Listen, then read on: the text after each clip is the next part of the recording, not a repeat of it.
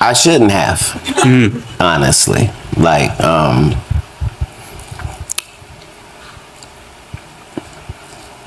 some of these things are the reason that the enemy decides to go ahead and let you be famous.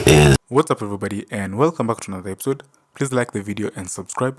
Our target is only 1,000 likes. Steph Curry is arguably the greatest shooter the NBA has seen, but his incredible legacy may not have been without Katt Williams' advice. The comedian recently claimed he's responsible for Steph Curry's greatness and revealed the advice he gave him many years ago. Katt Williams' comments come after NBA legend Shaquille O'Neal blamed Steph Curry for messing up the NBA, leading to its viewership problems. So Katt Williams told a story about when Steph Curry played in a couple of celebrity basketball games he organized, going on to say that no one knew Steph Curry then, but he impressed everyone with his shooting skills. Williams observed Curry's playing style and believed he could do damage in the NBA with his impressive shooting because no one defended from that part of the court.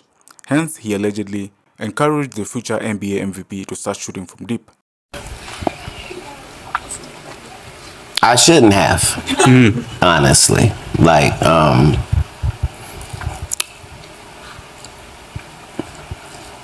some of these things are the reason that the enemy decides to go ahead and let you be famous, is your ability to tear down your own kind, no matter how high they are. On the other hand,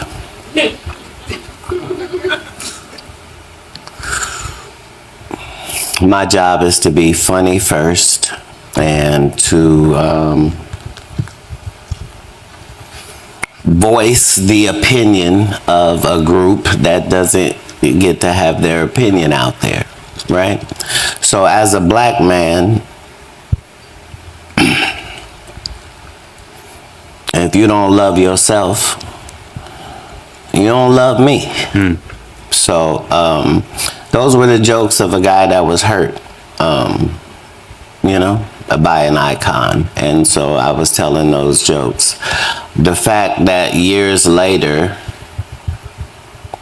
Janet Jackson says she still loved me despite the jokes that I told about her brother is probably one of the most magnificent things, you know, just because I say a lot of hilarious shit, but it costs me every time, you know, like I'm never unscathed in these situations.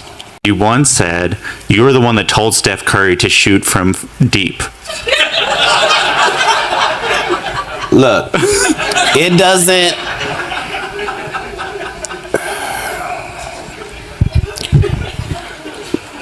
Anybody that knows me know I don't claim the shit that I do. That's not part of doing it. It's doing what it is and letting that be it. But I am responsible for the greatest shooter in the NBA without question, right? So now I'm gonna tell this story and the jury will decide whether or not I'm being facetious or not. Here it goes. It's 30 seconds. So at this time that I meet Steph Curry is not in the NBA. I'm hiring Steph Curry to do these. I'm doing these celebrity basketball games for the LA Children and Family Services. I do a celebrity basketball game for them every year, right? So I got this guy named Stephen Curry that comes and is on the team, and I give him $5,000, right?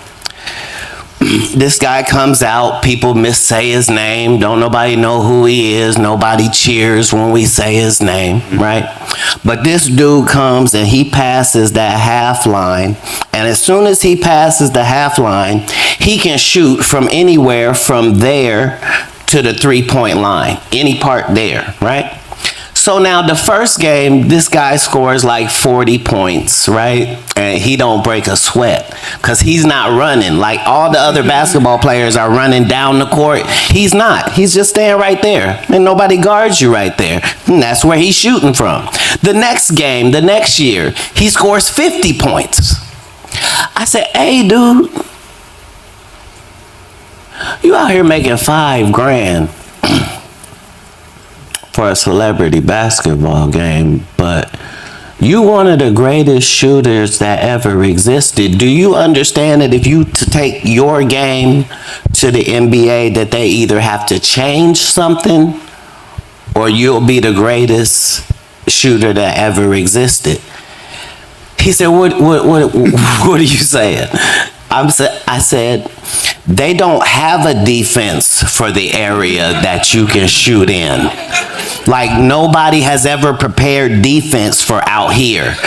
You're taught to run to the three-point line and then start defense. If you can shoot before people can start defense, you'll be the greatest shooter that ever lived. Now, I'm not saying he took that advice and went on to do that, but he took my advice and went on to do that. So the battle, I gotta say, I was like, man, initially I was like, wow, this is for real. These dudes is going at it, because Drake was delivering, and then Kendrick came, and then Kendrick kept giving the blows, and then he just like did what he had to do, and just, man, he came out the victor.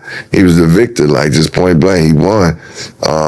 And is it like, if you're asking, is a victory for me, I think it's just a victory for hip hop that battle went down the way it did, and had people paying attention to lyrics and hip hop. Like, different generations was paying attention to that. Like, I had some of my youngins hitting me up, like, yo, you hit a new one. And then people my age hitting me up, like, yo, you hear what Drake just dropped, you heard what Kendrick said. I think it does. I love that Kendrick is within a battle is able to give you like lessons and spiritual things. I'm like, damn, that is crazy. But ayahuasca. But the truth is, yeah, it's like this dude dropping like knowledge and still battling. It's like ridiculous.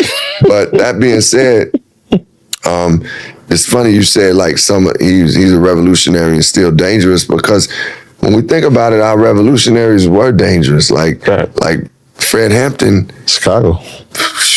He was dangerous, like, but dangerous for the right thing. Right. Shoot, Malcolm X, dangerous. Assata Shakur, dangerous in a way that they are dangerous for their people.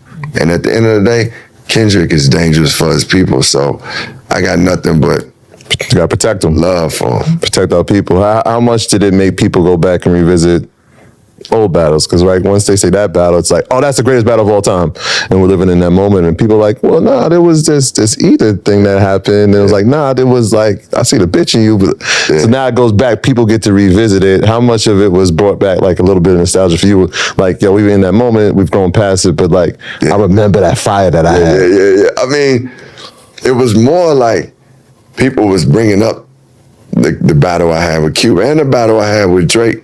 Yeah. That's a fact. They brought that, they would bring that up.